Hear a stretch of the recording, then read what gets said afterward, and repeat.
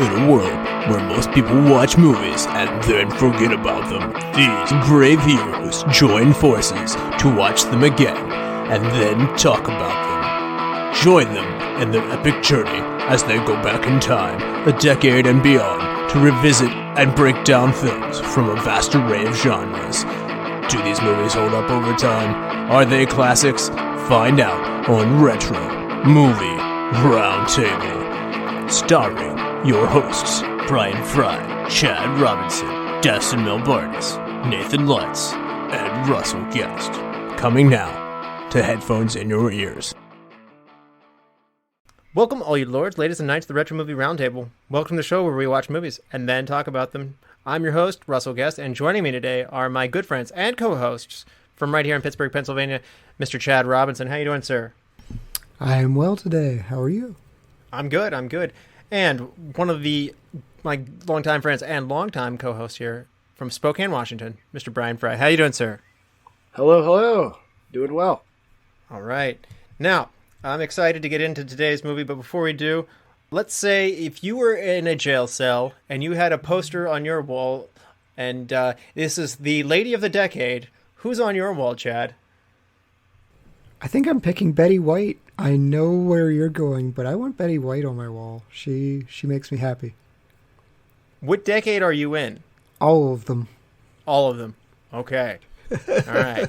And Bryan, how about you, man? I think I'm going to have to go Liv Tyler on this one. Okay, so you're in the 90s. Yes. Okay. I answered this question as if I were in there today.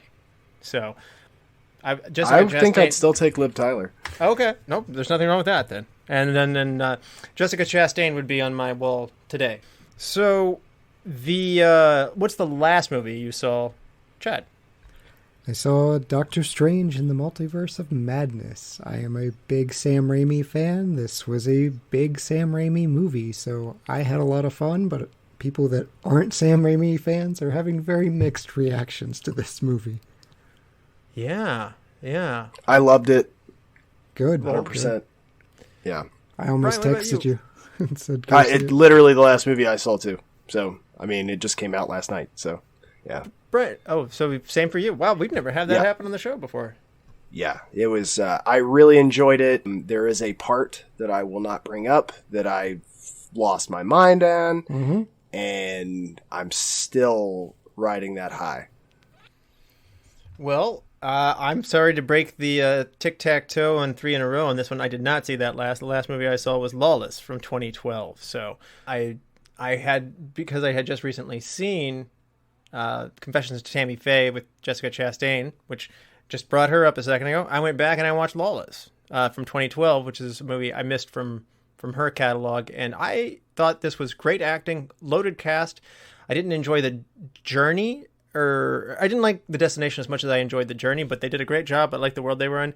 Just wasn't quite as fulfilling. So I understand how it didn't get awarded for what it had, but there's definitely some good stuff there and some solid acting performances all around by a good cast. So still worth seeing. All right. Haven't heard of it, but may check it out. Yeah. Renegade Bootleggers. Yep. So another period piece is our movie today. Bryan, what is our movie today? We are going to be doing Shawshank Redemption. Stephen King novel, Frank Darabont film. All right. This movie stars Tim Robbins, Morgan Freeman, Bob Gunton, William Sadler, Clancy Brown, and Gil Bellows. The release year is 1994. Budget's for $25 million. It makes $28.3 million, so it makes a profit. It comes in at 51st on the box office this year. Not a huge box office smash. It comes in behind Drop Zone and ahead of Guarding Tess.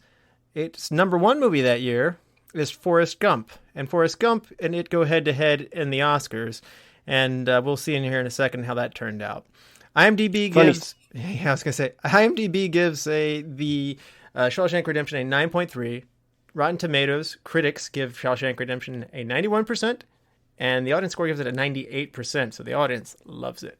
And the awards go 7 Academy Award nominations, and this was the year of Forrest Gump, and it lost all of these. But it was nominated for Best Picture, Best Actor, Adapted Screenplay, Cinematography, Film Editing, Sound, and Original Score, it just walked away empty-handed. So it was the Susan Lucci of the 94 Oscars season. And it happened at the Golden Globes again. 2 nominations for Best Performing by an Actor in a Motion Picture for Morgan Freeman, Best Screenplay for Darabont, but again, Forrest Gump steals the thunder. And AFI's Top 100 Movies in 2007, when they revisited it, ranked this the number 72 movie of all time, and the 100 Cheers, or Most Inspiring Movies by AFI, ranked this at number 23. So the initial grossings of this was only $18 million. It didn't actually cover the cost of production. It was with another $10 million because of its 7 Oscar nominations that brought people back out to a second wave in the Oscar season.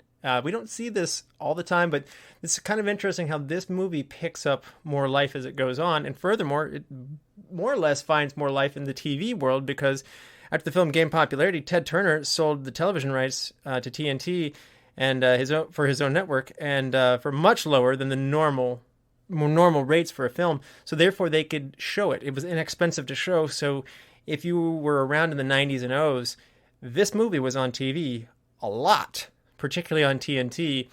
And this is where it seems to have resonated with so many people.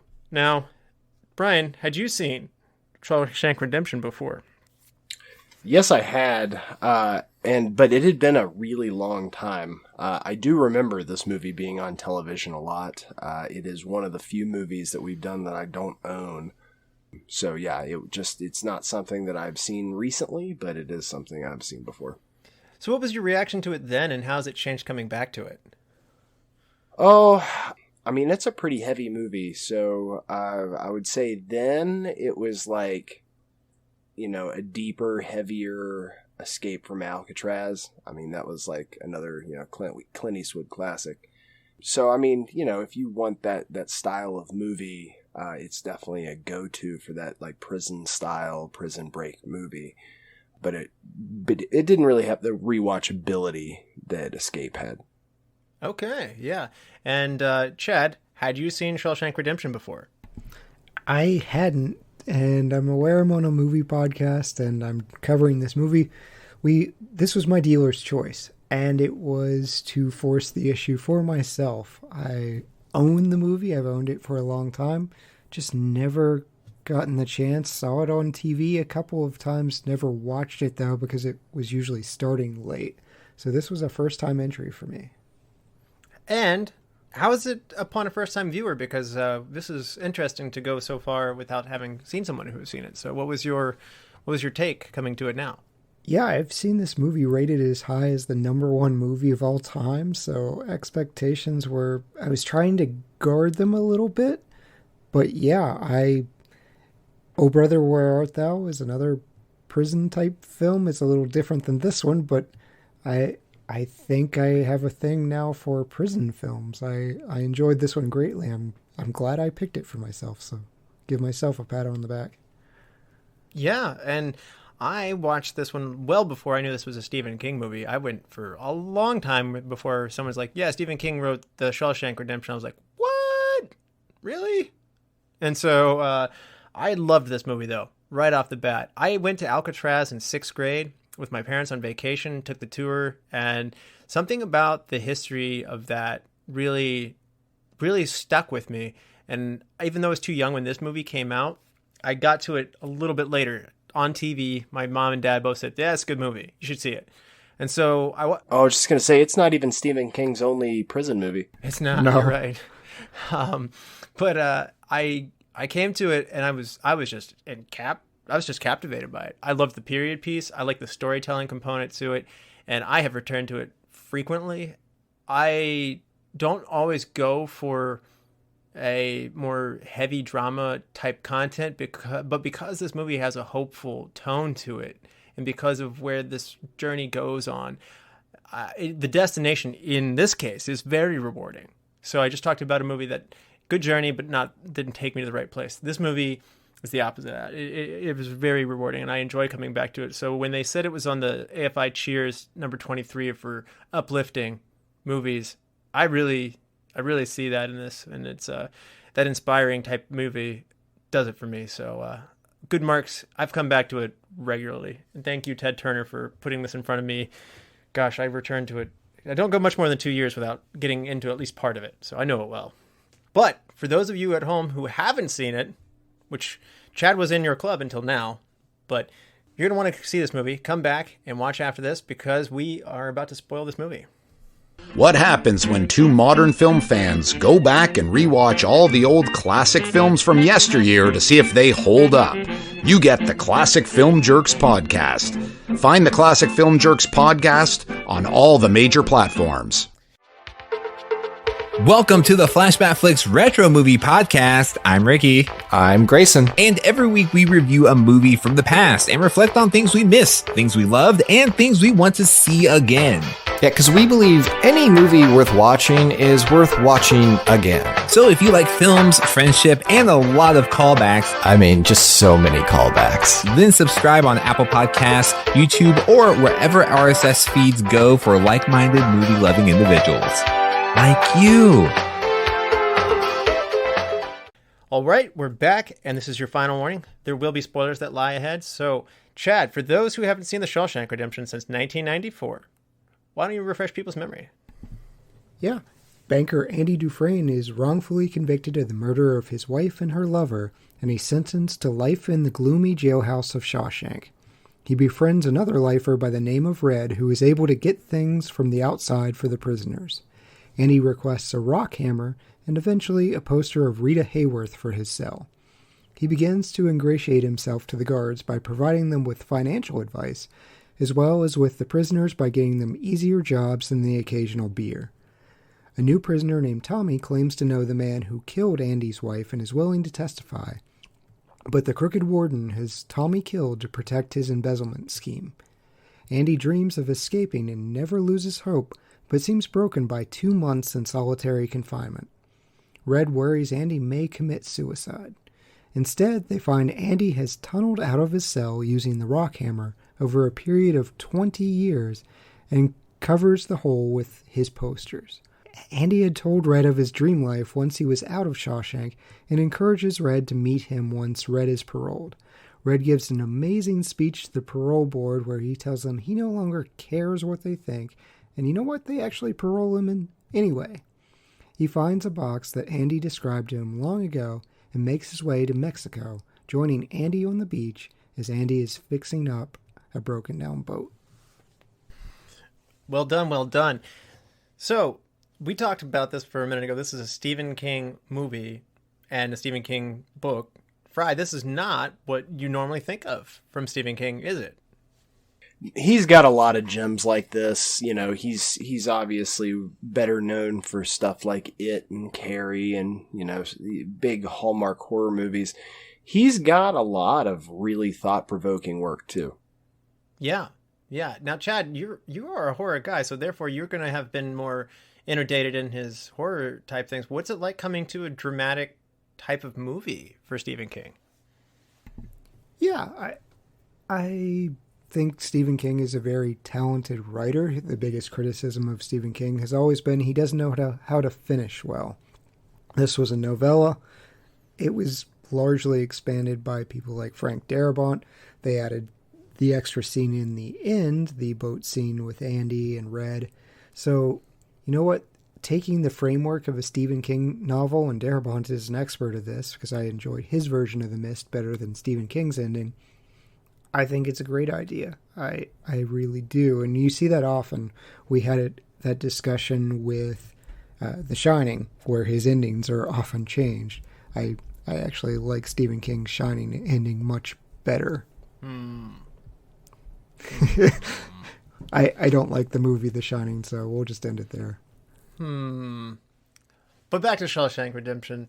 This movie is just, as I alluded to before, it's an inspiring movie, a movie of hope. I think it's interesting that this movie makes you kind of question, is Andy innocent or not? There's something about him that seems so rattled, though, that you kind of believe that he is. He tells you right off the bat, I'm innocent, I didn't do it. And they keep you a little bit in that ambiguous territory by saying like, oh, we all are here. You're going to fit right in, is what Red tells him.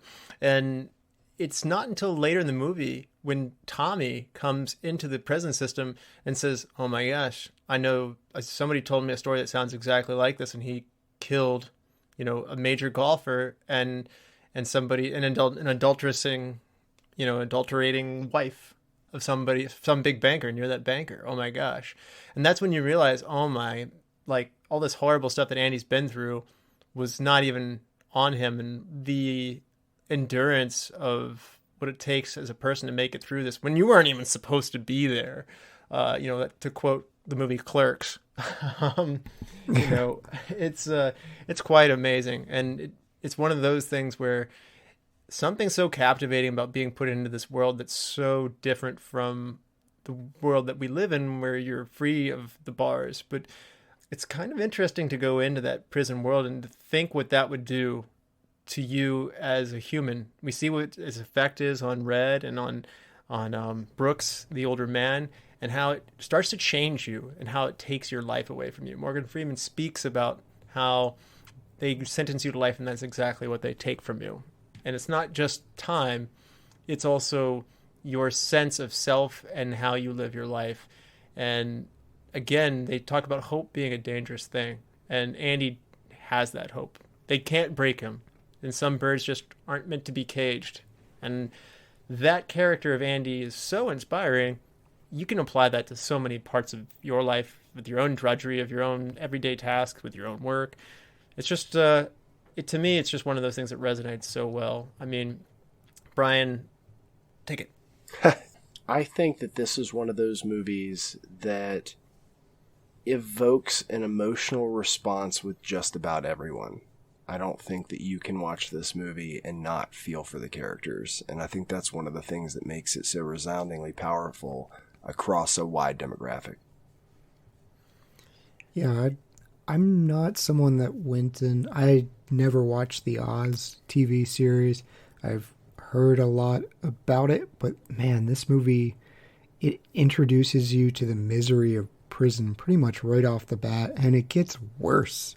Like, the beatings start immediately, then the delousing, where they're just marched naked. It leads right into the sisters and the several years of rape and assault that Andy's... Which, by the way, if you watch this on TNT, they take the edge off of that a little bit. I remember when I watched the full movie, I was like, oh, this is more than a one-time deal. This is a bad deal. This is persistently happening. Oh, no. Yeah. I mean, that was completely awful. But even smaller scenes that made me realize how little personal freedom or privacy when they're going through Andy's cell and just, they're not carefully placing his things off the shelf. They are just ransacking it, throwing everything, just hurling books off shelves, flipping his bed, unscrewing everything except the poster for whatever reason. Yeah. Well, he got special privileges, as you alluded to in your plot summary. I think that's one of those things. Andy is in a hard world where people don't treat each other very well. They might laugh at other people's expenses, and they bet with each other. And there's this thick as thieves kind of vibe against, we hate the prison guards kind of thing amongst the inmates. However, Andy brings in genuine acts of decency. And that's something that this environment isn't really very familiar with. And people connect to Andy. At first, Red, didn't think much of him right away, but he was really won over by him. And so it's not just that he stuck his neck out for his workers through his financial advice. He almost got thrown off a roof by talking back to the guard, but he used it to get beers for the inmates who were re-roofing a hot tar roof. He got them out of the jail and to the roof to even be doing it anyway. So he's doing these little things, not necessarily to be popular, not to play off of what's there, but just common acts of decency that he saw men who, while incarcerated, were human beings, and they needed to be treated with some dignity and decency too. And it's kind of odd. It's contrasted by the warden, who says, I believe in the Bible and discipline. And, he pushes that Bible, but he doesn't walk that line very well. He doesn't show very much compassion. It's not done in a way that says you can do better. It's very much a punishing kind of attitude there. And Andy contrasts that antagonist character of the warden so well. And it's interesting to see how much brightness one guy could bring through building a library, bringing in music into doing the guards' taxes and stuff. actually making everybody's life better who he touches. And it's like, as he's gone to prison and they've taken his life from him, he just steps it up and is an even better person. And that's so cool. And like how this, in this place where it could totally break you, like you mentioned earlier, you're worried he's going to commit suicide. So there's something really cool to see how those small acts of kindness go and make big differences in the people around you. This movie shows that. Oh, yeah. 100% agree. Yeah, even with the guard about to throw him off the roof, like when I'm first watching it, I'm thinking, okay, well, that's a solid threat, but he was never going to do that. But then you see what happens to Tommy. They just call him out in the yard and shoot him dead right on the spot after he says he would testify. So that was likely a very real threat. I took the beating of they just the fat guy in the beginning. They killed him. They beat him to death. They beat him to death. And I kind of wrote that off as, okay, this is a terrible accident. But no, these are just terrible, terrible people who have no concern whatsoever for the people they're in charge of. Yeah, there's nothing like getting the Kurgan from Highlander to be your prison, your prison warden.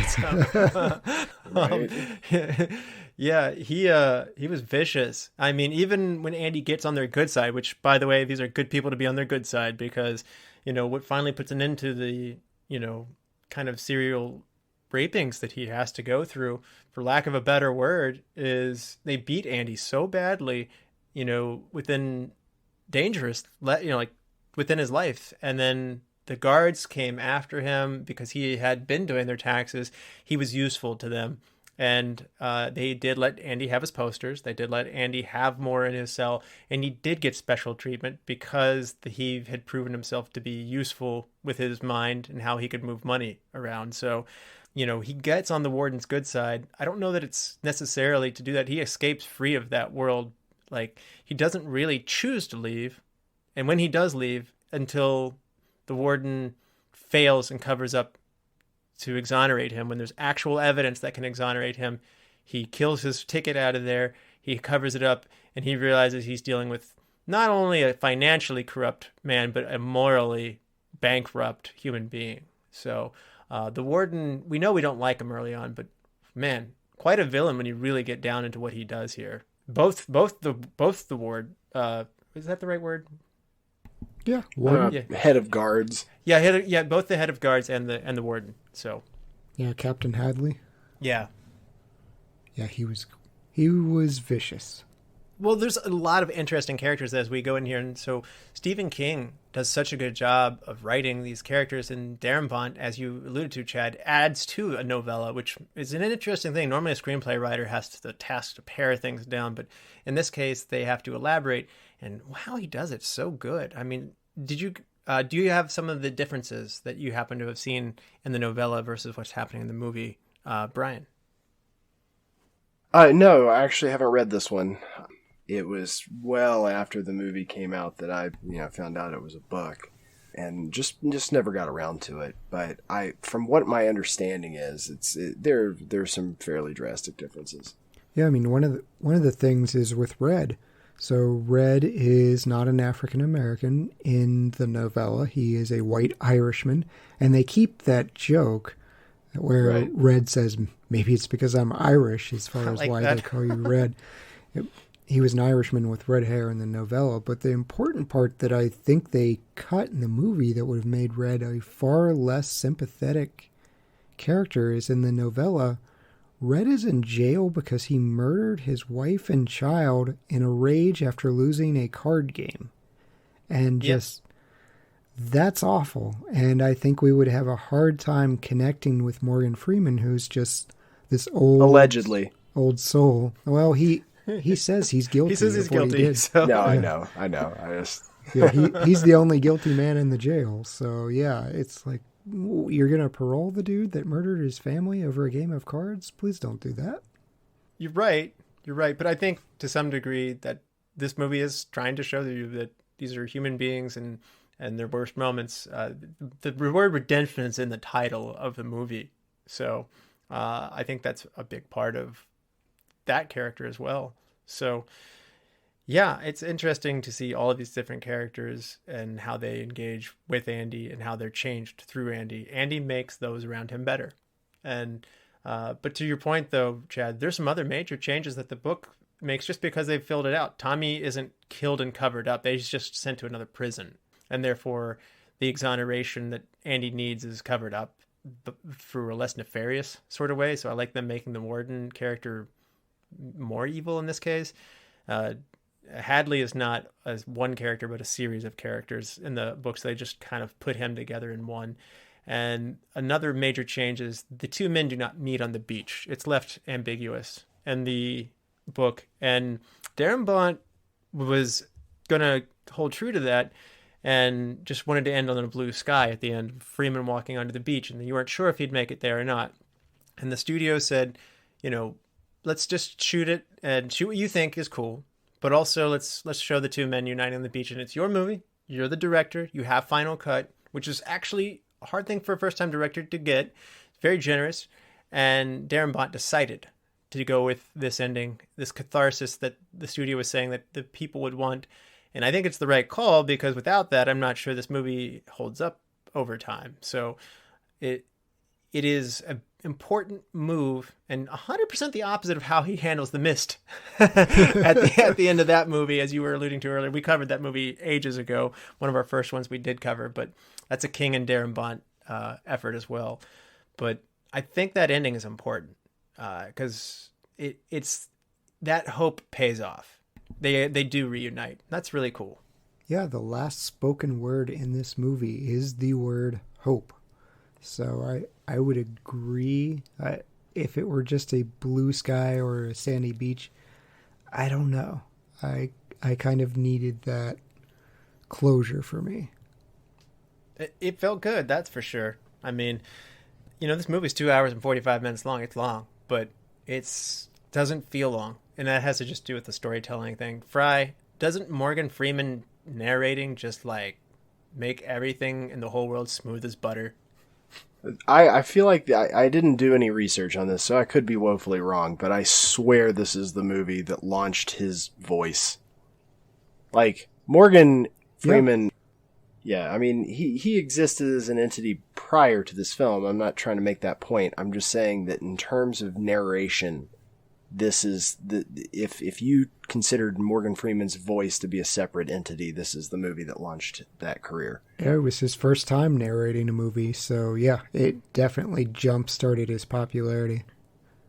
Absolutely. I think he became a household name. This movie had to grow into household name status because it wasn't just a box office smash, but as this movie did, so too did Morgan Freeman's status as an actor, carrying it with it. So as I mentioned, it's Morgan Freeman's favorite film that he did, and it's the one that, just his vocal sensibility or personality through his speech patterns are just so great. And it's a really good opportunity. I don't know why more movies actually don't do narrators. Now that I think about it, you can convey an awful lot of information, and it kind of starts to feel a little bit book-like when you have a narrator that does some of this work for you. And somehow it really draws me in. Yeah, I think it became such a thing in the 90s to 2000s because this got popular that it almost became trite, and we're trying to get away from it. We might get back to it, but Morgan Freeman narrating things, I mean, Family Guy took a shot at it too. In a way, it went up against Forrest Gump that year, and that's a storytelling of a man looking back on his own life narrating. So 94 was a big year for narrating. There you go. Now, speaking of Forrest Gump, Tom Hanks, Jeff Bridges, Kevin Costner, Tom Cruise, Matthew Broderick, Nicolas Cage, Johnny Depp, Charlie Sheen, Gene Hackman, and Robert Duvall, Clint Eastwood, Paul Newman, all are considerations for Andy Dufresne. Tom Hanks actually was at the top of the list, and he turned it down, and he committed to go with Forrest Gump, which stole all the Oscars that year, as I mentioned. So probably a good choice for him. He would be good, though.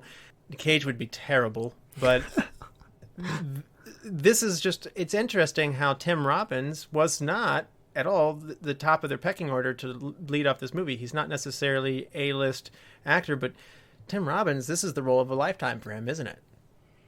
I think Frye's somewhere out there cursing the world because Kevin Costner loved the script, but he was in the middle of filming Waterworld. Good choice. Ouch. Good choice. Yeah, Dan. that's a rough. It had all stretch that there. money. How could it miss? It's like I'm totally fine though with Tim Robbins in this role. I think that he did a fantastic job as like kind of the quiet giant. You know, in the book, he's actually a small guy. Funny, that kind of shifts the power dynamics to have literally Tim Robbins always be the tallest guy in the room, but he does a good job of playing. I wouldn't say nebbish necessarily, but he's getting beat up by smaller people than him, and somehow it doesn't feel wrong, and that's a lot. A lot of that goes to how he portrays himself. So, I mean, he's getting attacked by 3 and 4 guys, so that they that did doesn't get help. like 2 dudes that are like giant, like ripped, like Iron Man type dudes to like hold him back. So they did their work. Bob Gunton's actually a pretty tall dude too, the warden. Yeah. So everybody's tall in this movie. So no shorties. No shorties. Tim Robbins though talks about how often strangers just walk up to him, and it says he's really proud of this movie. He's talked to Morgan Freeman about this, and it's just a special thing that they got to be a part of. It's more profound than that to so many people, and people will come up and say that it's completely shifted the way they think about their lives or brought them out of depression, and it's understood a deeper truth within themselves. It's a pretty cool thing to be involved with, Tim Robbins says, and when people are telling you on an almost daily basis that this is the favorite film that you've been in as you walk around town and go different places, it's a very fulfilling thing and a cool bucket list, as he calls it, to check off your bucket list. You don't have to do that thing in your own life that it gives you a lot of security that you've done something so big like that. So it is cool to have that under your belt, and it does mean that much to people. I don't think most movies do resonate so strongly with such a large audience. It's probably true. Yeah, I mean, like I've said, you mentioned in 2007 it was in the 70s, but I've seen this movie ranked as highly as number 1 as best movies of all time. So it's clearly had staying power and resonance with the general population that few movies do. That would be an awesome thing to be a part of. I think probably the coolest thing in the world would be to be a part of, like, The Princess Bride, or something that's just evergreen. Yeah, Right. absolutely. I mean, so it's nice to know as an actor you have that freedom to go do whatever you want, knowing that you've accomplished so much behind you already. So and Daniel Radcliffe. Yeah, exactly. Yeah, I mean, you can do whatever you want to. You're still Harry Potter forever, for sure.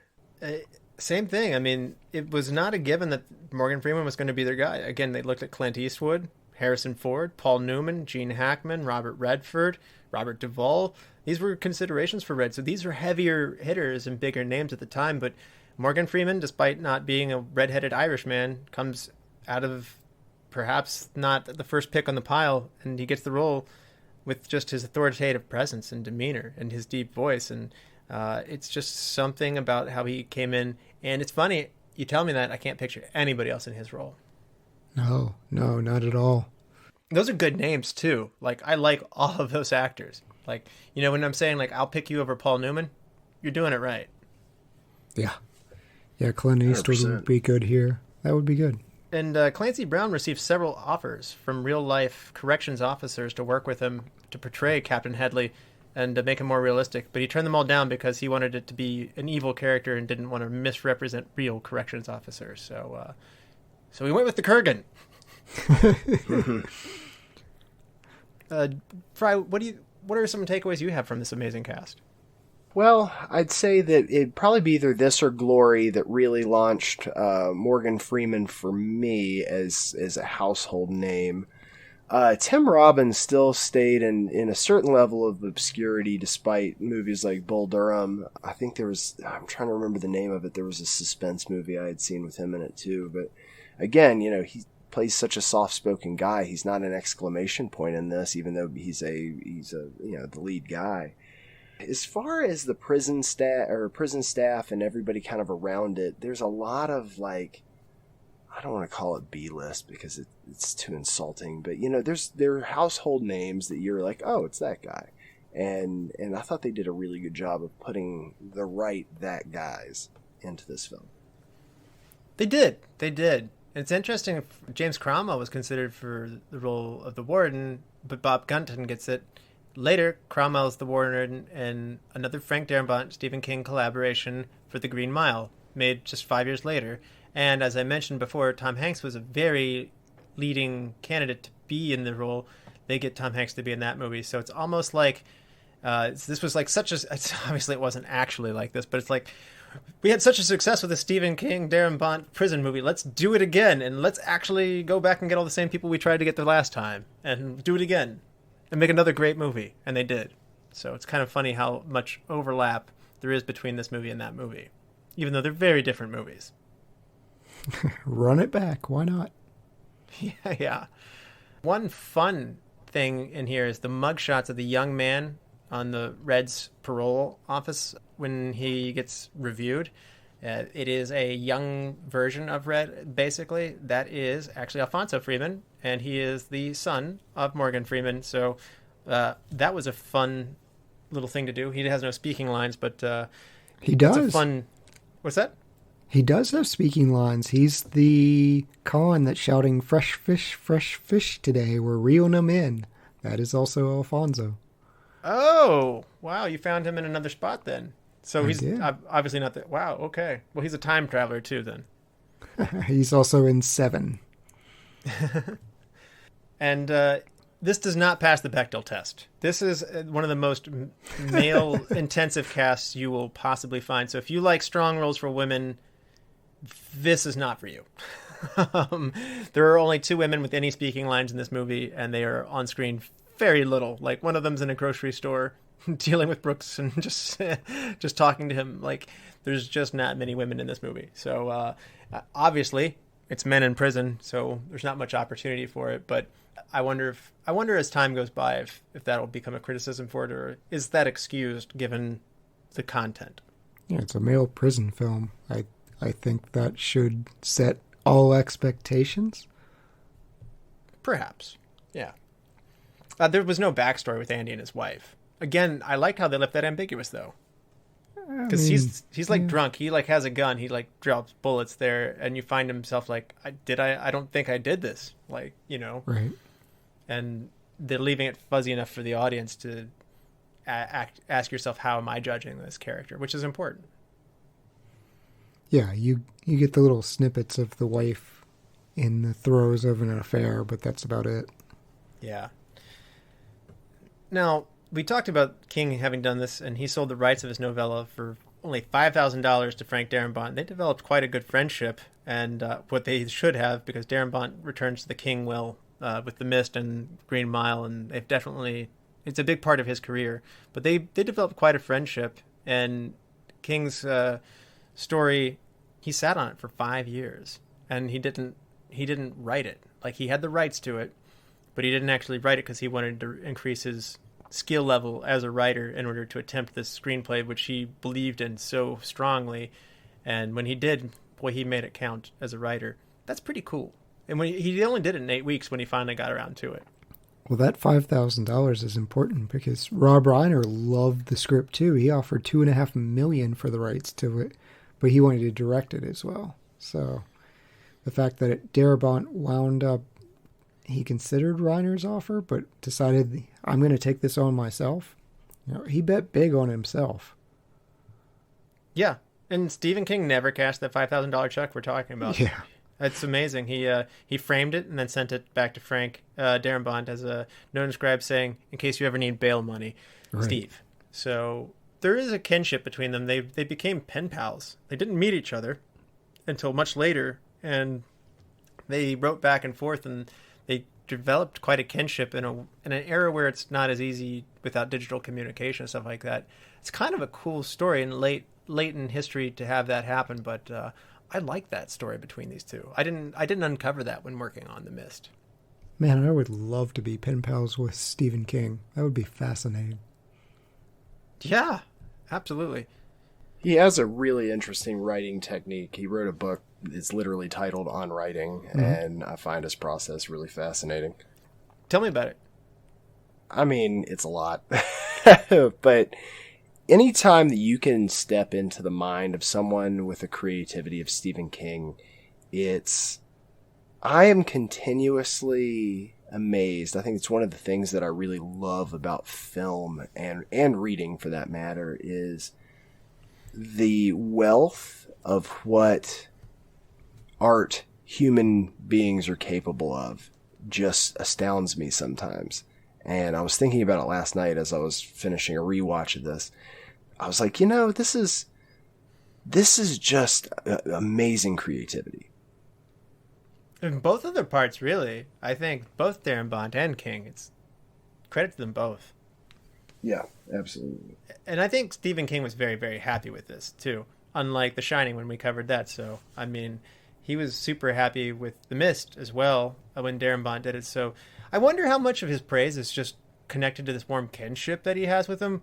But even at that, you can't deny this would make you fast friends to take your content of one of your novellas, again, not one of your bigger literary works, and to turn it into this movie for a long period of time, for a decent span, was the highest rated movie on IMDb. Now, these things can change, and by the time you're listening to this, it probably is. It may not even be in the moment, but it held that crown for a very long time, and it makes you look very good. So even though you say Stephen King and you think Carrie, or you think, Salem's Lot, or, It, this has actually resonated and touched far more people when you think about it. Well, he describes making his character, or he describes his, I guess I'm trying to paraphrase this, but Stephen King says he's watching his characters and writing down what they do. So he takes almost like a third person narration style of writing, which is, how this movie comes out. So yeah, I mean, it's just cool. He is such a good writer. I remember watching Graveyard Shift, and it's a bad movie about a monster rat. And it's funny, before the monster rat enters it, there's about 30 minutes of character development. And the movie's actually interesting as far as the characters go, and then the monster rat comes in and we're not having a good time anymore. But I remember thinking like, this movie, these characters are too good for this movie. And that's a kudos to Stephen King, and a real bash at the director, whoever that was. And it'll be an angry lamp monster. Ooh. Shots fired. Yeah. I mean, they did change the name of this movie because it was confusing actresses. Because King's novella is Rita Hayworth, and The Shawshank Redemption, that's the name of the novella. And there are a bunch of actresses who are applying for the lead part in Shawshank Redemption, or trying to get their agents involved to get the part of Rita Hayworth, not understanding it's a poster. Yeah, this is not a good movie to land in if you're an actress. So, Andy's wife doesn't even get any speaking lines, does she? I mean, if they want to pay me to be the poster, that's fine. I don't know. Did Marilyn Monroe cash a check? Or sorry, well, not her, but I mean, did Raquel Welch cash a check for this? Yes. She said she's a big fan of this movie. Yeah. It actually boosted her popularity. So again, other people are benefiting from the popularity of this movie.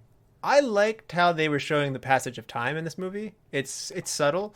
There are wardrobe moments that do it, but it's more so in the posters in his jail cell. In a world where there's no connection to the outside, they're reading books and watching films that are actually old for the moment. But I mean, Rita Hayworth, is a fixture on the wall there, and then they replace her with Marilyn Monroe, and they then go to Raquel Welch, and that shows that passage of time, because he's in there for a very long time. I mean, he see where I had the years written down. It was almost 20 years. It was 1957, I think, is when he was interned. Yeah. So that's really cool how the director used that, obviously to cover the tunnel that he's working on, but more so to also convey a passage of time. Yeah, definitely. Obviously, we've talked about Darabont. He had written screenplays and speculation for things like Nightmare on Elm Street 3, Dream Warriors, and The Fly 2. This is an unexpected step up in the career for Darabont to take on this content. Like you said, he bet on himself, and he made right choices. I mean, they go beyond what I discussed earlier. Like Brooks' character, for instance, he elaborated in the book. Brooks's minor character who leaves and, goes to a retirement home and dies. That's so less profound than what he did with the character. He took Brooks and he made you really connect to him, and they showed you how the walls changed the shape of that man, and then he goes out into the real world and he doesn't fit anymore. And so much so that he misses prison and takes his own life. And what a heavy moment that was in the film, but think how much meaning that Darabont added to the King script. It's amazing. Yeah, I didn't know that. I knew he had, I don't know if I would say a happier ending, but certainly not death by suicide in the novella. I knew it was changed and his role was expanded because that's a friend of Darabont's. Yeah, absolutely. Darabont listed his works of director Frank Capella, including Mr. Smith Goes to Washington and It's a Wonderful Life, and describing them as tall tales. And Darabont liked those movies and said that The Shawshank Redemption feels like more of a tall tale to him than a prison movie, such as A Birdman of Alcatraz, which was another influence that he did have in this. Kind of talking like what you were talking about, Frye, of like prison movies. So it is kind of a fairy tale story, isn't it? Or not fairy tale, but tall tale. Yeah, I don't think I don't think you can go fairy tale with this by any means. Tall tale. Sorry. It's. Although I will say this: if you read, most of the source material for what we know as fairy tales now, they are pretty dark. That being said, they look. All due respect to Green Mile, which was excellent in its own right.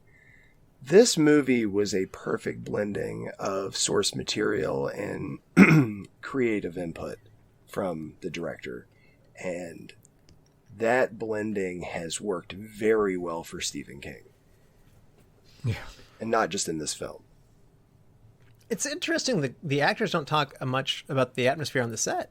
Freeman says that it was extremely tense. And there were a lot of differences between the actors amongst themselves, or the producers and Darabont. And it's interesting. Martin Freeman just calls it very strange and wouldn't go into it much farther in an interview. And, there's so much positivity of it after the fact, and clearly it's made a big dent on people. But it's interesting. There's a little bit of mystery there. I think there's another story to peel back in that hopefully over time comes out. But I think making a movie is always stressful. I mean, especially for a first-time director. I mean, so credit to them. It certainly doesn't show in the work. There doesn't seem to be at all. It seems amazingly well put together. So whatever they were doing seemed to be working. Awkward and difficult directing on a Stephen King adaptation, you say? Impossible. And if you like directors popping into their own movies, Darabont was strangely obsessed with people's hands in the movie. He didn't like the revolver scenes, and so he actually used his own hands in the movie, and he kept telling the actors what to do with their hands. And so the close-ups, framing, and post-production most notably felt like he could do exactly what he wanted to do. And there, when Andy carves his name into the cell wall twice in the film, those are Darabont's hands. So Darabont, handsy director, not in the bad way that later came to light, but in the more literal, I like my hands in the movie. Yeah, that is strange. I think of the Passion of the Christ, like the person nailing the spikes into Jesus's hands is Mel Gibson, but that was done symbolically. That's just a weird thing to obsess over the hands as a director for less symbolic reasons. Yeah. I think he should be directing Will Ferrell in Talladega Nights. I don't know what to do with my hands. I don't know what to do with my hands. Just put your hands down. I don't know what to do with my hands. It's like, here, back out of the way. I'll do this. I have got hands. It's like Quentin. Is it Quentin Tarantino has a thing for feet? He does. Yeah, I mean, all you need to know about that is From Dusk Till Dawn. Right. I feel like that's almost infamous at this point. Yeah. I feel like his dream was to have been to work with David Duchovny from Zoolander with the hand model. I have great hands. And small little biblical reference there. When he opens up the Bible to find Andy's hammer was taken out. I like these little moments that Darabont uses. It's in Exodus, which, is Greek for departure. So there's so many good little moments in this. And when you look in the dialogue, as you return to this over and over again, as I have, there's stuff that is not just dumb exposition, but is necessary later and reinforces things, whether it's the warden talking about the shoes, whether it's, the rock hammer and how it's being used, and, small things. Andy's eyes, this is more of a makeup thing, but I'll tell you about it now. Like, Andy's eyes get more and more dark throughout the movie, implying that he's like not being beaten down by the years necessarily or age, but he's hammering away at that wall at night. And that fatigue is progressively shows through the movie. These are subtle little things that there's a lot of attention to detail, and I got to give Darabont credit. That's the director where that stuff comes from. Yeah, I wondered about that as far as sleep schedule. Like, how many hours is he putting in on this thing? You have a lot of time, in fairness. Yes, 20 years. Now, this is a pretty movie, cinematographically anyway. It is. This is some pretty shots. This is Roger Deakins was the director of photography, and he is coming out of, it would be 23 years and 12 nominations later that he finally wins an Oscar for Blade Runner 2049, but he's got an impressive catalog under his belt, and he does some amazing work here too. He also gets a guard named after him. Does he? Yeah, there was a guard. It's specifically addressed as Deakins. See, I love this little... that's what I'm talking about. Darabont with all these little things. Yeah. Yeah, that happens a lot. Of some member of the cast or some member of the crew winds up in the cast with their name. Oh, that's cool. Yeah. It's interesting when you study the cutscenes in this. This movie is long, but it doesn't feel superfluous at all. And honestly, some of the cutscenes just suck you more into their world. I know Frye is one of those people who says, "Give me more, give me more, give me more." But some of these things are actually pretty cool. Like there's a scene where Tommy's wife is visiting him in prison, and this is one of those reasons that motivates Tommy to turn his life around. Why he starts to work towards getting his GED. And this is another one of those interesting side characters. We keep turning the page, and this is just like Brooks. Tommy is another one of these interesting characters that enriches the story that was pretty small in the novel. Yeah, him getting his GED was pretty cool, where he's just angry about it, throws it away, thinks he's no good, going through the lessons that are very elementary.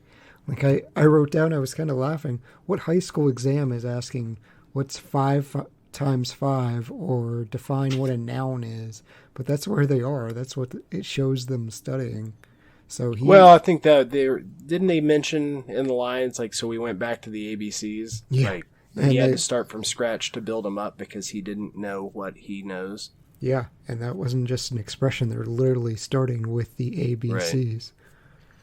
Right. There's another scene where Red gets sent to the hole for 2 weeks for not telling him about Andy's escape, and and he's just laughing at them, which they go for this more tense moment, which is dramatic, but I kind of like that because Red comes out of the hole and they said, "How'd you do?" And like, he's like, "Easiest time I ever did in the hole," like kind of like Andy. So these characters, my point is in the world that they're putting together is just so good. Yeah. What do you think about Darabont as a director? Very Stephen King connected, Frye, because this is our second movie because he did The Mist as well. Right. Well, Stephen King and I agree on one thing, and that was the ending of The Mist was better than the book. Mm-hmm. Also, one of the most horribly depressing endings of a movie you could ever. I mean, it is just brutal. So there's that. As far as his other directing stuff, I mean, he does a lot of TV stuff, and it's almost like he did this movie and then just mic dropped. Like Seinfeld going out on a high note. my work is complete. Now, obviously, he did do other things. I'm just saying that this is, this really was an opus. It was. I mean, he comes back and does The Green Mile 5 years later. He does The Majestic. And then after that, he produces a few movies such as Collateral. He directs The Mist again. And he's pretty much done as a director of movies. I mean, like I said, he's kind of a writer up until this point. And so it's interesting. I see the writer qualities in him coming through and directing this movie. This movie's very much about storytelling. And I think that probably comes from his background as a writer. Yeah, absolutely. Yeah.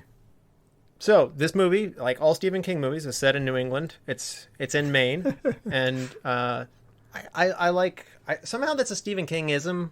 Just like geographically setting it in New England all the time. I'm coming to really like that. Like it's just a thing that you expect. But Shawshank is obviously a fictional prison, and they shot it in the Ohio State Reformatory in Mansfield, Ohio, which was not in good shape. And they wanted to shoot inside, but it was in pretty rough shape, so they only used it for exterior shots. And they actually built this jail in a Westinghouse factory, and they just determined it was easier to control by doing it inside. And I gotta say, even knowing this, I'm looking at it, they do a lot with like dark lighting and like how they shoot things, but they did such a good job. It does, having, like I said, walked through the walls of Alcatraz, I would have known. I thought they were shooting in a historic prison, so excellent work on the set design, and particularly the lighting to not give it a dead giveaway. I think Maine should change its name to Maine is for Writers. Like, it really does, house a lot of, creative people.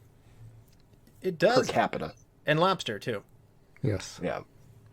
The fictional Shawshank, though, is actually mentioned again later in the movie Dolores Claiborne in 95, where, like they said, the character, Kathy Bates' character, yells at her husband that he'll do time in Shawshank.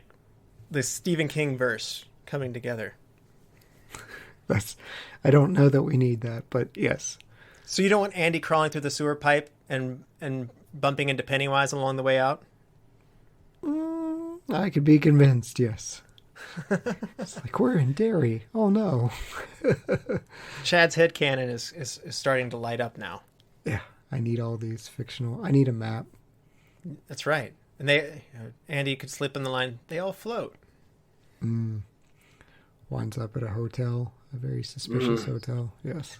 Although they did have Morgan Freeman's cell. It was 237, and that's the same as the Shining Room.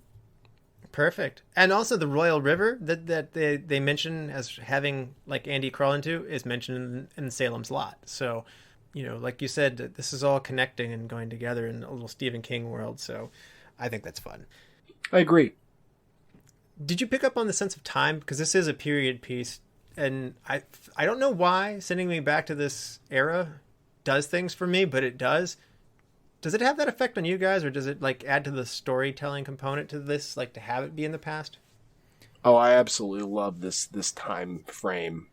Usually when movies come out in this ballpark, and usually to do with crime, I'm jumping on it. I was a big fan of Public Enemies or The Highwayman on Netflix and stuff like that. So this is a lot of fun in terms of an era for movies. As far as time passing goes, and this is another makeup piece for you, I thought they did a remarkably subtle and amazing job at slowly aging the characters. Mm-hmm. Yeah, I didn't think Tim Robbins aged enough, though, because I assume he's going in his 20s-ish? And by the end, he would have been 48. I certainly look different from... graduating college or getting married at 22 to right now I'm 37. That's only 15 years. Well, I remember thinking during the movie where he's talking to the character about getting his GED and thinking, wow, when did his hair get gray? Like That's true. I think they did. I think he's just one of those guys that, I always joke that when I turned 30, I turned 40, and you just stay there. Like it's like I felt like it was fast forward and then pause for 40 years. It's like Paul Rudd. The man just doesn't age. Yeah, he did acquire glasses. I noticed that, but where I noticed it the most was the Wardens hairstyles, because the Wardens hairstyles were changing throughout. It's like, oh, okay, there's more passage of time, because the prison uniforms mostly stayed the same. That's a hard thing to do, to be honest with you, for sure. And like you said, the warden is a connection to the outside world, so it's much easier to show in him and his boxy 50s haircut. Yes. Yeah, I don't know if I'm piecing it together now, because again, I really loved Oh Brother, Where Art Thou? But maybe the magic formula for me is prison escapes set in like the 40s, 50s, 60s. So if you combine those two things, I'm going to have a good time. I don't know. I need more films. So if you want to send in more films that somehow fit this criteria, I'm willing to test this hypothesis. Yeah. And back to Terrence Marsh, he was the production designer who made these prison sets look so good. That was interesting. They also made the connection to the outside world go away. Like they just took like plastic sheeting over the windows in this warehouse, and you don't see outside, which is an effective move. I mean, you don't want the audience to be connected to the outside world. So again, taking this amazing real like prison set and that has a subliminal feel to it that you do feel like you're encapsulated in there. And I remember thinking, I was like, how fortunate is it that Andy is the last cell in the block that he can tunnel out and just not be in somebody else's room? Right. You do get a brief shot of the outside from Jake. I thought that was a fun scene where Brooks is setting his raven that he's raised from just being this hurt little bird, hurt little baby, which whatever, I don't know if it was PETA or some animal society complained that it was going to be a live maggot fed to the bird and they wanted only a dead maggot. I mean, really? Oh, for the love. Right. They did supervise that, yes. Yeah, so we had to make sure the maggot was dead prior to feeding it to the crow. Yes. The poster was harmed, but not the maggot. The sewage tunnel sequence, I thought this was funny. Somebody actually said if someone were to immerse yourself into a sewage pipe, the toxic fumes in there would likely not only have you throw up instantly, which he did, but also likely pass out, and you would probably not make it out of there alive. So a little bit of a bummer on that to be myth busted. So don't actually listen to this podcast and feel influenced to go crawl through a waste pipe for 200 yards. 500. Freedom. 500 yards. Yeah. 500 yards, yeah. You're not likely to make it, but hey, it works for a movie. This is the new TikTok challenge. Climb through 500 yards of sewage. Hey, man, we shall be thanking TikTok for the survival of the fittest display. Oh, milk crate challenge, cinnamon challenge, yes. Now we'll do a sewage challenge. Now, environmentally, I think that it's interesting. Obviously, the jail is a world of darkness and grayness, and there's no green in there, and that's very fitting. But when you go outside of the walls, when Red gets out, when Red is going to the pastoral scenes out in the farmland to get to where Andy told him to go to that stone wall to find clues for where to go, basically, and to meet him in his little special spot in Mexico. I won't try and pronounce the name of his happy place in Mexico that he alluded to, Giuntoli. Say what now? Thank you. Which they shot that in an amazing way too. So blue. They went to St. Croix of the Virgin Islands to shoot that, and the farmlands. It's just ethereal. Like to watch Morgan Freeman get out of this gloomy world, and then how bright the outside world seems. It didn't feel that way for Brooks. Obviously, his experience was different, but that was such a well-represented visual style. The music and the colors really reinforce the uplifting sense of there, and so it's just like your brain's just lighting up with all the this movie's about hope. Your brain's just like being rewarded essentially through all of this. Rest in peace to the Shawshank tree. We lost it in 2016.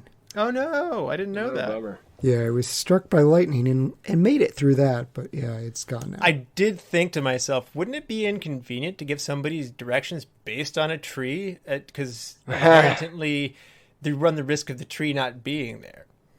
This was essentially the Elder Scrolls Morrowind. Back before they had quests that just pointed you with little markers, they'd say, go to the rock past this tree. So, right. Yeah. Back in my day. Oh, you were killed by a mud crab. Cliff racers. Freeman actually recorded all of this in an Iowa recording studio for his narration in 40 minutes. However, there was a minor issue and hiss on the track that just bothered the sound engineers in Los Angeles. They were unable to eradicate, so they had him re-record the whole proper studio and do it. And it took 3 weeks the next time around. And I think it was fine the first time. They just wanted to hear Morgan Freeman talk for 3 weeks straight. Just like, this is good. Andy Dufresne. Smooth like butter. Well, they made him throw a baseball for 9 hours in that opening scene. So he shows up in a sling the next day. I think it's funny, I would. like he was just agreeably doing it without like complaining. But you're right. He showed up the next day. And was like, "What's this sling?" Yeah, well, make me throw a ball for 9 hours. This is what will happen. You will have that. It's like, that's excessive even for a professional. Right. Yeah. Where was the Screen Actors Guild? Like, where was his union rep to step in and say, you know what? After 3 to 4 hours, you got the shot. Leave it alone. I have wondered when you hear stories about this, like 9 hours of prison yard shooting, and it makes you sit there and go, how did they ever get done? This is a 2 hour and 45-minute movie. Clearly they did. Clearly not every shot took that long, but it does make you wonder when a director, rightfully so, wants something and they're very choosy about it. I won't fault them for that as somebody who's in a creative field of architecture. Like, when you want something, and that I understand that. So that hang up, but you do wonder, how do you ever get a movie made when you go at it at that rate? And the answer is obviously you have to pick and choose your battles, but it makes me wonder, what was the battle that day? Like, was he really walking around the prison yard and having everybody stand in such a way? I don't know. It's interesting. And Agreed. I wish I had a behind the scenes of like him trying to tell people, no, do this with your hands. No, not jazz hands. That's not right. Doesn't work. That's not right. Music. Also, another part of this is very inspiring. Brian, did you like the music here? Yeah. I mean, it's pretty classical. So, I mean, it's appropriate for the film that they were making. Did you like the Renegade scene where Andy locks the door and blasts out some Mozart, The Marriage of Figaro, over the entire prison yard to everybody in a rebellious moment? I still don't know what those two women was singing about, but Tim Robbins improvised the cranking it up as they're banging on the window. So yeah, that was cool. That was a great shot where everyone, including the guards, just froze in place to listen to the speakers. Yeah. Yep. I think the music is probably very potent at the escape as well. What a high point moment, and the music goes a long way to reemphasize that moment too. So in the early going, they set the mood well with the sound and the soundtrack. Again, going to court, the heaviness of the situation that is falling upon Andy. I got to give it credit.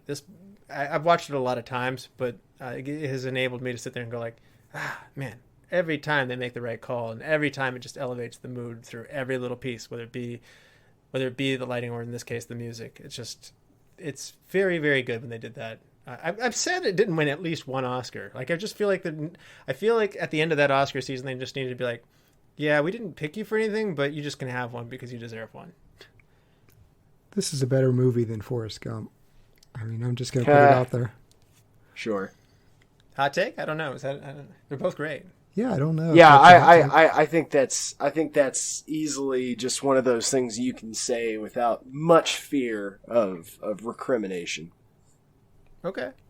It's not like you bring up, something really bad like Spider-Man 3. They're two really great movies, so that is kind of like somebody sitting there and being like, I think the Who are better than the Rolling Stones. It's like, we need clarification. You're talking about Forrest Gump, not Spider-Man 3, correct? Yes. Yeah. Yes. Yes. Yes. For sure, not Spider-Man 3. No. All right. I was really winding up my ridicule, man. I was Right? like, ooh, wait till he stops talking. Yes. No. I couldn't let this I was continue. stuck on the Forrest Gump comparison. Sorry. No. Yes. The proper nouns are important, so we're not elevating Spider-Man 3.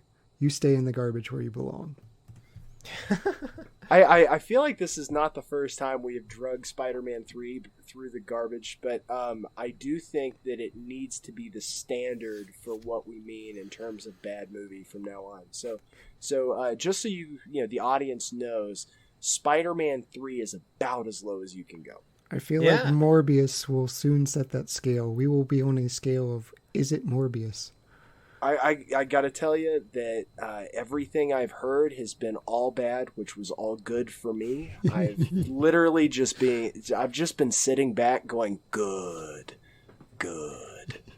I truly like Jared Leto failing at every opportunity. You do. I relish it. It's Russ. It's Brooklyn Nets level. Like just enjoying that failure is God. It's got legs. We have made so many people mad within the span of like 30 to 40 seconds. Frye's just taking out Jared Leto, everyone that's and the Brooklyn Nets fan. Yes, the 12 people that like Spider-Man 3. I feel like if I were a Brooklyn Nets fan right now, take comfort in the fact that I probably feel the way you do, just not why you do. I don't know that this stays, because we could be listening to this in 5 years and they might have 3 championships between now and then. So I won't go too deep into it, but I'm with you every bit of the way for sure. But in 1994, how do you like these selections at a smaller class of Best Picture? Forrest Gump, Shawshank Redemption, Pulp Fiction, 4 Weddings and a Funeral, and Quiz Show. To know that, to be Robert Redford and had to have directed Quiz Show, you got to know you're not winning when you go up against those movies. I have no idea what that movie is. That's my point. But that's still a much better class than what we've seen recently get nominated. Like, my goodness. Listen to the top 3. Let's ignore Quiz Show versus, I don't know, the 4 very strong movies, yes. The past several years. It's like, okay, there's one obvious winner, and then it's just, We've been in a pandemic.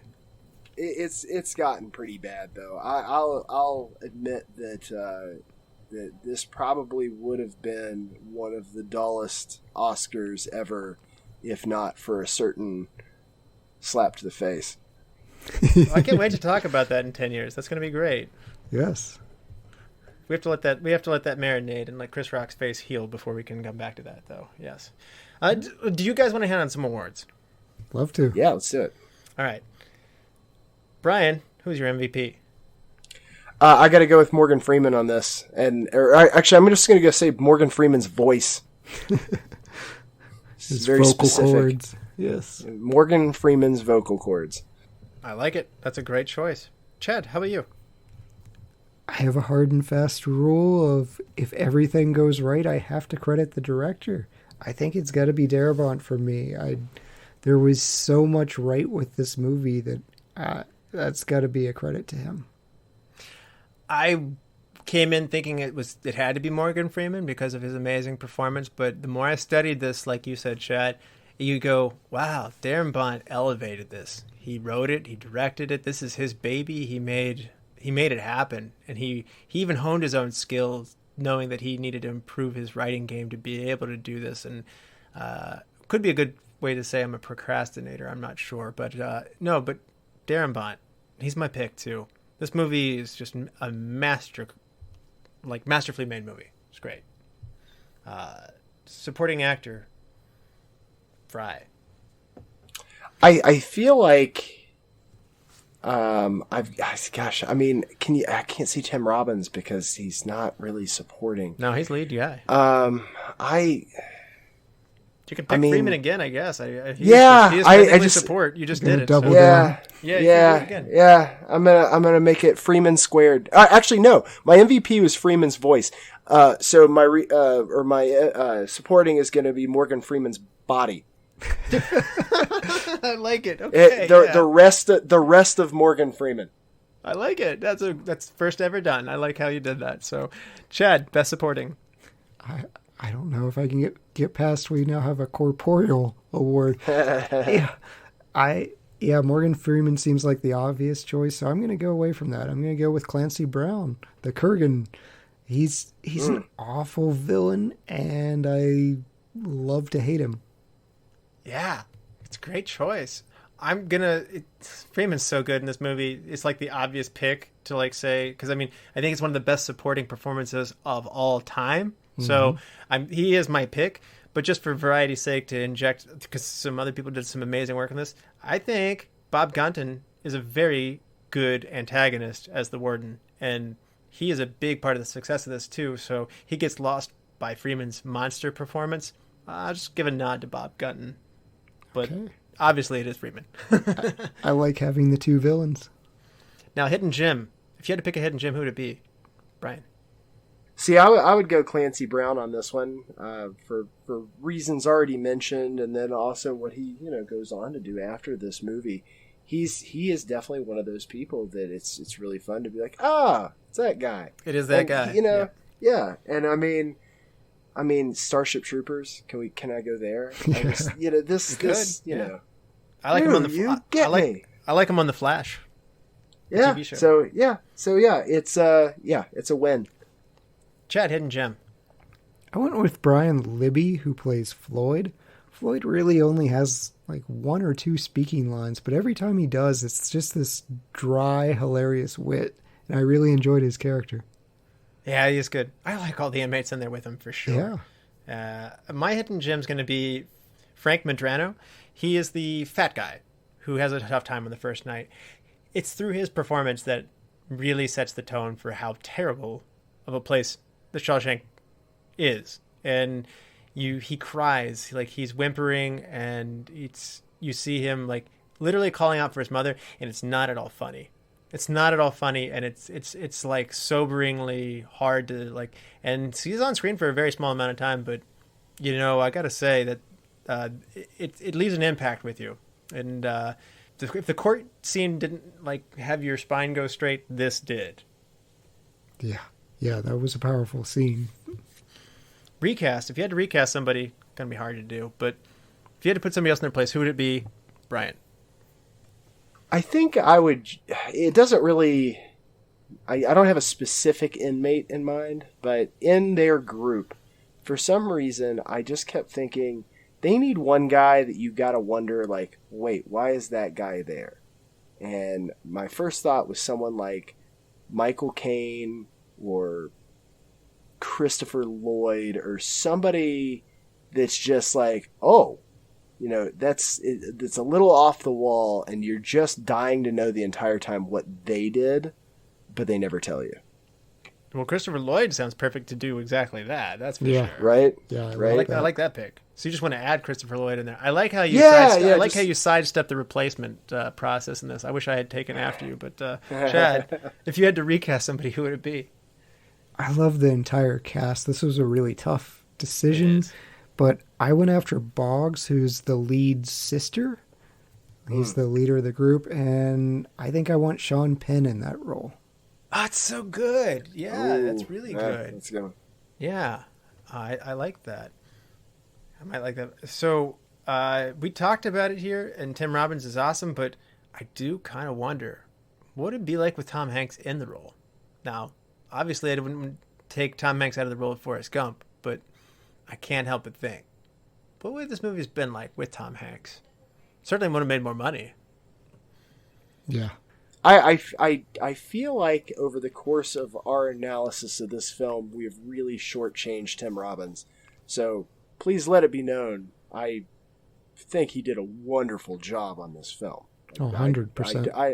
I don't want it ever to be said that we were down on Tim Robbins. Nah, that's right. That's fair. I had a hard time. Quite frankly, this was one of the hardest recastings I've ever done because I liked everybody so much, Tim Robbins included. So I took the low-hanging fruit of, like, we tried to cast Tom Hanks, so I was sitting there going, like, what would that be like? That would be good, too. So versus, like, I can't replace Brooks. He's amazing. I can't replace Morgan Freeman. He's, like, that's a legendary performance. And so I just had a really tough time. I even tried non-speaking roles. It's just like, I don't know. That's pretty good, too. Brad Pitt was up for the Tommy part, but he wound up doing an interview with a vampire. Take him. Yeah, Brad Pitt would be good for that. I like the guy who played Tommy, though, too. I do, too. He's so mischievous in the most wonderful way. Like, they said that everybody loved him right away. And, that actor, Gil Bellows, he nailed it. Like, something about him so much came energy. Like, he was channeling Henry Winkler right there. Like, he did. How did he not get more work out of this? I thought for a small role he had a big impact, and he should have gotten some more good work off of this. Agreed. His agent will be contacting us. Yeah, you're welcome to come on the show, Gil. Yes. Best shot, Brian. I think I'm going to go with The Execution. Yeah. With Tommy, you mean? Was that Yeah. too on the nose? Yeah. Is that a pun? Like, or like it's actually good cinematography. Is that where you're going with that? It is. But I was going for the joke there. Yes. Way to ruin that one, Russell. Right. But I was sitting there going like, it is a dramatic moment. There's a lot of darkness around the spotlight. It is, and it is a compelling shot. So that is my answer. But yeah, I was definitely going for the on the nose. I'm with you, Frye. That was mine too. When the warden emerges out of the shadows to meet Tommy, and he gives him that little bit of cigarette and then puts it out. Yeah, that entire thing. You know what's going to happen. At least, first time viewing this, I was like, "Yep, Tommy's gone. You're dead." Yep. This goes to show you how strong the movie is, though, for cinematography. Because like I had like 5 or 6 of these that just I had a hard time grappling with, but. The one that is kind of the obvious one is when Andy emerges out of the tunnel of poop, raises his hands in the air into the sky. The rain and thunder and lightning are all crashing around him, and it goes on a great smooth crane shot that goes up high in the air. Music's playing. I mean, my goodness, what an elevated moment. But it's hard not to. I mean, at the same time, like the tree, like as Red's character is approaching the tree along that stone wall. My goodness. Great sight work, good lighting, so good. And who could even forget the moment like when the warden sticks his finger through Raquel Welch's poster and then tears it off the wall, and then like there's like a face of utter disbelief. Like, I mean, when you say Shawshank, it's hard not to think of that moment. And even when you first come to Shawshank, the helicopter shot that goes over the Ohio prison is so good. I mean, it's just dripping in good cinematography. So it's a very pretty movie, and you guys picked another good one as well. So it's all good. It's a pretty movie. Best scene, Bryan. I'm gonna go with the sequence of Red being turned loose back into the world. I know that's probably a fairly long choice, but I do like the parallels that they drew with Brooks, and then how they culminated on maybe the same thing would have happened had he not met Andy Dufresne. And I feel like that's the overriding point of this movie is, look at how many lives, even in incarceration, wrongly incarcerated, this man touched. Oh man, when they show the stool and the knife comes out with Red, he's gonna make it, but your heart stops for a moment. Like, no. Oh, the first time I watched that, I was like, oh no. Yeah, I knew with Brooks when he brought out the stool, I'm like, well, this ends poorly, and then they go back to it. For sure. Great choice though, Bryan. Chad, best scene. I think for me, it's Andy talking about where he'll go once he's free, and he just has this beautiful dream, and it's very specific, and it's so true to the hope of Andy's character that he never loses sight of this. And Red and his character, he's telling Andy, you shouldn't dream like that, and he's just lost that hope. He's part of the system. It actually shakes him up. Yeah. Like, it reminds him of what he has long since lost. And he's en route to becoming what Brooks is. He's en route to becoming institutionalized. That's a very powerful scene that you picked. It's a good one. Mm-hmm. Andy, in a way, saved him through that. So, yeah. My best scene is going to be when Morgan Freeman explains how Andy escaped. That was fun. Prison break movies are always fun. You don't think of this movie as being a good old romp or a fun time or whatever, but I'll be honest with you, you can't just, especially upon rewatch, you can't just not have a huge grin on your face watching Andy chip away at the stones and put them in his pocket and drop them out of his pocket, and all the little details that they go into of how this came to be, switching the shoes out, and it's just so good at having this huge payoff, and it's very rewarding. You could have even ended the movie there. I'm glad they didn't. How they ended the movie is amazing, but this is a very fun moment in the movie, and to me, it's one of those things of just like, I will end up watching so much of this movie to get to this point, and at that point, you just stay in there. So like when I watched this again for the show, I told Chad, I even texted him, I said, I went down to, I said, I'm going to have to watch this in like 2 or 3 sittings, and it was late, and I started it at like 11 o'clock, and nope. I just kept running it all into the. I stayed up way too late one night just because it hooked me. So, you know what? That's something I was thinking about with this movie last night. Is it puts you down? And Brian said the word heavy a lot for this podcast, and I hate that my picks keep getting that word injected, but it is a heavy movie, but it doesn't dwell there. No, it doesn't. It always gives you like a little breadcrumb or something of leading you back to a fun moment.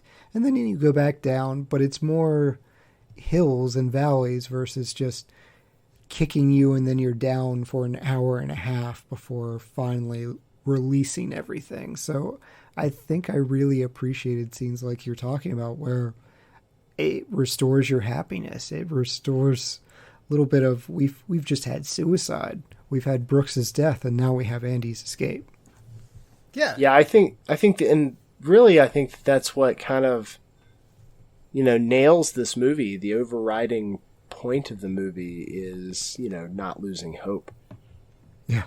And I even one of the funny little moments of joy is just talking about little filmy moments of joy when Andy opens up his audio library and one of his fellow inmates who wants to hear Hank Williams finally he's sitting there with headphones on, just truly like this is one of the best moments he's going to have his entire moment of prison. Low bar set, but you're getting a little bit of Hank Williams sit this guy up, and there's moments of, like you said, Chad, little moments of joy throughout, and I'm glad you put it that way, peaks and valleys.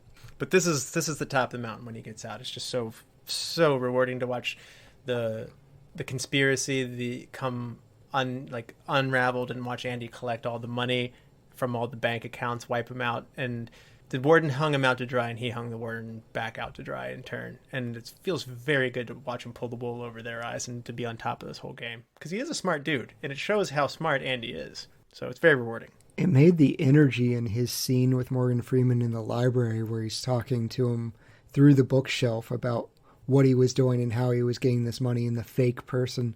It's like he's just very excited about how clever he's been. And by the time he escaped, it's like, oh, he assumed that person's identity. So I was confused a little bit. It's like, is he just thrilled about how happy and useful he's being? But no, it was all part of his plan. So that made a lot more sense for me.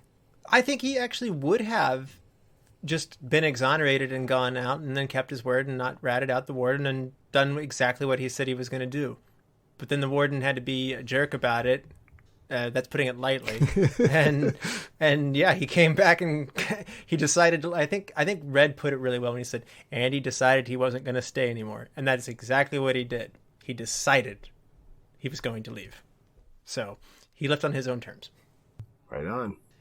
Best wardrobe or makeup moment. A lot of prison uniforms here, but there's more to it than that. Brian, what about you? I think I'm going to stick with kind of what I brought up earlier. I do think that they made enough subtle changes throughout in a variety of different places to show that time has passed. And the subtlety, I think is the overarching point I'm trying to make. This is a very subtle movie. And the number of subtleties when added up just make for a much more profound statement. Yeah. And you can see how younger Tommy is, like, coming in, like, and you can see how he's younger than the other inmates. They take to him, but, like, he's got that early 60s, late 50s kind of rock and roll has hit me kind of vibe. Like, Elvis has touched his life, whereas the other guys are definitely pre-Elvis. And Red is, like, way pre that, whatever that was. Yeah, Chad, what about you? I just like Morgan Freeman's suit after he's paroled and he's riding the bus to go see Andy. He's got the hat. It's a great ensemble. I enjoyed that. It's long overdue dignity. That suit feels very dignified on him. I agree. There's something very rewarding about it. And nobody picked big floppy hats for the prison. I'm disappointed, but mine's going to be the warden opening up his box of shoes and finding Andy's probably oversized, ratty brown shoes in there and looking up like, oh no. Like, Bob Gunton's face is part of what's selling this, but, and then they switch over to a shot of Andy's feet having really bright, shiny black shoes when Morgan Freeman's just like, nobody noticed him having those shoes. How often do you look at a man's shoes? I was just like, I feel like that would stand out a lot. Right. Yeah, I look at people's shoes constantly. Yeah, in fact, they tell you, like, if you have to build out a wardrobe, like, if they, if you're handed $500 to build out a wardrobe, it's okay to spend, like, 2/3 of it on the shoes. So, the shoes are big. I don't know. There you go. The shoes making the man. Yeah, there you go, yeah. Alan Edmonds, if you want to endorse the show, we'll take it, so. Now, change one thing. Brian. I think that, and this is going to be another cop-out, just fair warning. I think that I just want to applaud the changes that were made to the story to make the movie. And the courage it takes to change the source material, especially from an author as prolific as Stephen King. That's a very gentle change one thing, Brian, yes. But I mean, there's boldness as the first-time director saying, I'm going to go change Stephen King's right. stuff. And then so true. successfully. That's one of the, there's so many things to like about this movie. There's so many things to gush about this movie. So, it's rough to go in and be like, I'm going to give you what I think should be changed when the boldness that has already been implemented on it to such a successful level, it just seems like arrogant to change something. It is a bit of a punt on your part, but I'm not going to help Russell in this situation either. Like, my initial response was, I don't want to. I don't want to change a darn thing. Now, I will inject my wife's change one thing, because she sat down and watched this with me. She'd never seen it, and she would like less suicide in this movie. So I guess I'll go with, like, the less cop. Suicide. Oh. Yeah, when they go to the well twice, I think the second time was what put her over the edge. So maybe have the cop shoot the warden instead of him. The warden killing committing himself. Suicide is such a cowardice kind of move. He can't deal with the world that he has been inflicting on people. It's so poetic. I can't. I understand. That hurts me. That hurts me. I think she was still rattled from the Brooks suicide. The Brooks one is a very different kind of suicide. Yeah. That one's rattling. Yeah. Couldn't handle it a second time. With my depression and things like that, my history, it's something that sticks in her mind of a concern. So when she sees that in movies, especially multiple times, it's hard for her to take. It's a hard one with the chairs hard. tipping. Yep. Like, yeah, I hear you. It's a hard moment for sure. So I don't want to change a darn thing, but that's what my wife would change. Yeah, mine's a bit of a cop-out as well. Stephen King actually makes a lot of cameos in his movies, and he just pops into little parts. He's not quite Stan Lee level of prolific, but he comes in a lot of his movies. I feel like Stephen King needs to be in this movie somewhere. Maybe he's the judge who sentences Andy to 2 life terms in prison, 1 for each victim. So maybe that's too heavy of a role for him. That guy is pretty good, by the way. So once again, I can't recast literally anybody in this movie. It hurts me. So I'm just going to do Brian's other thing of just like, get Stephen King in there. Make him one of the inmates that just pops up in the background. Yeah, like in Ridge, like, I've been here longer than anybody except for that guy. Like, right. Well, maybe he's a member of the baseball team, the guard baseball team. Yeah. Or maybe he's one of the guys getting his taxes like straightened up. And like, he's like, I didn't realize I had that much money. Thanks. Yeah. This is our worst change one thing probably of all time. Yeah. Yeah. Well, it's hard when you have a movie this good, like you encroach on the sacrosanct things that you come up with to make the show interesting. Because you're like, well, not every movie has that, Instead of eating Rice Krispies, I wish you were eating Cheerios. That's about as bold as I'll go. Right? They really needed more worms in their food scenes. Right. Use a live worm. There you go. That is my change one thing. You know what? Yeah, you eat the live worm.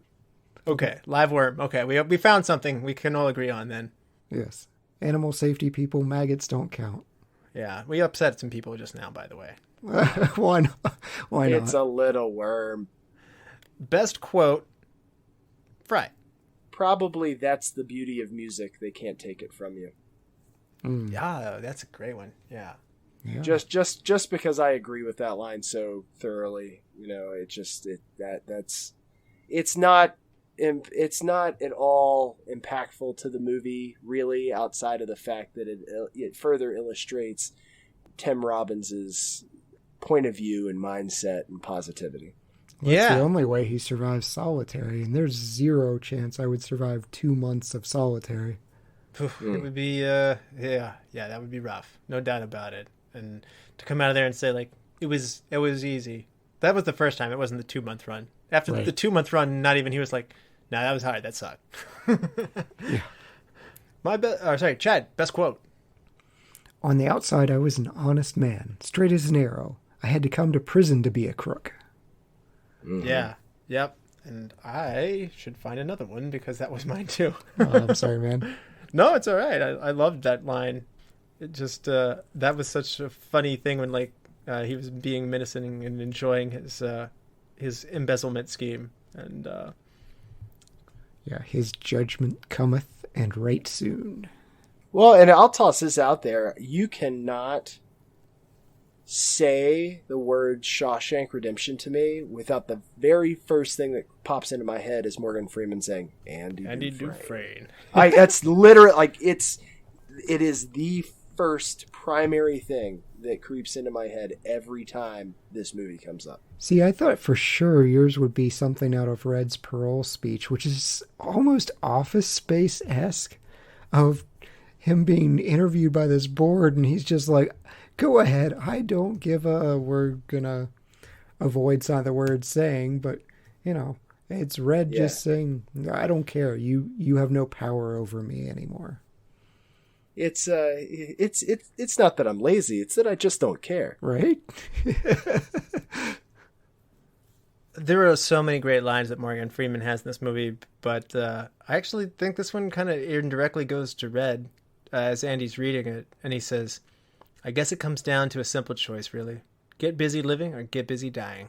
And it's not sitting there in your pity and,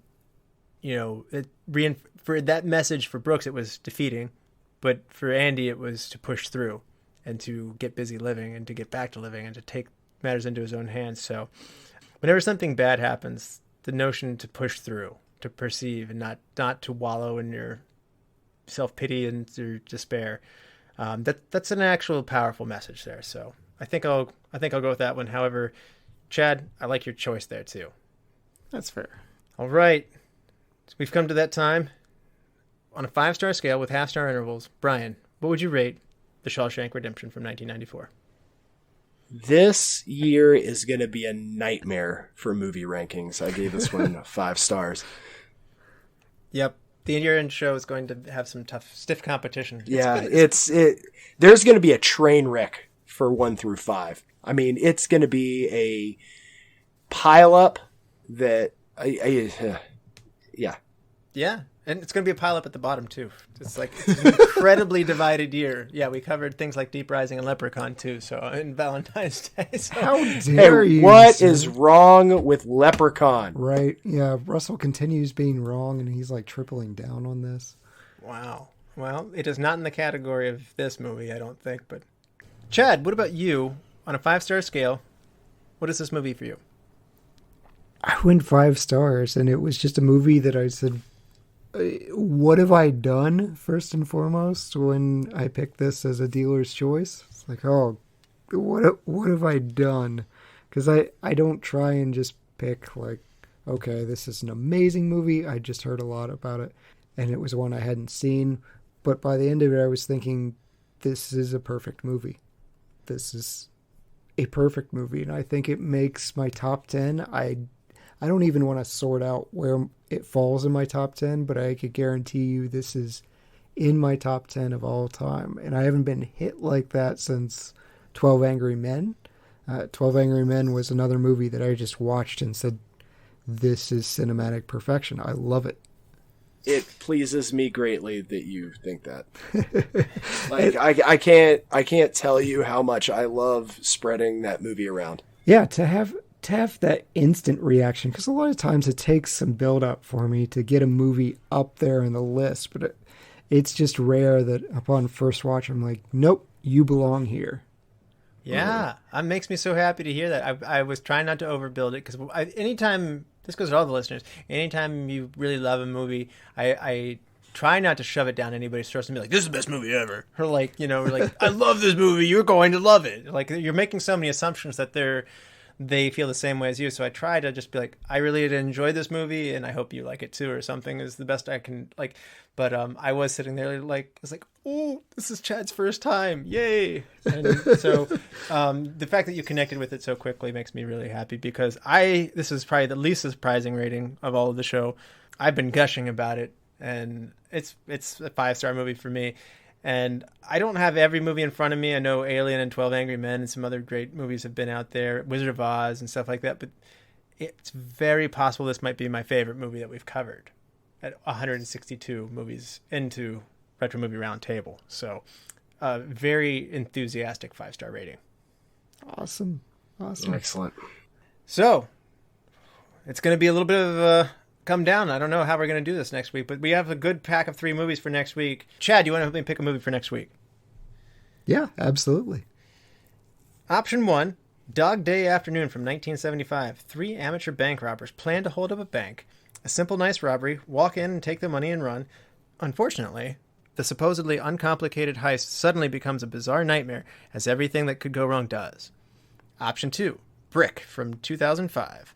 A teenage loner pushes his way into the underworld of a high school crime ring to investigate the disappearance of his ex-girlfriend.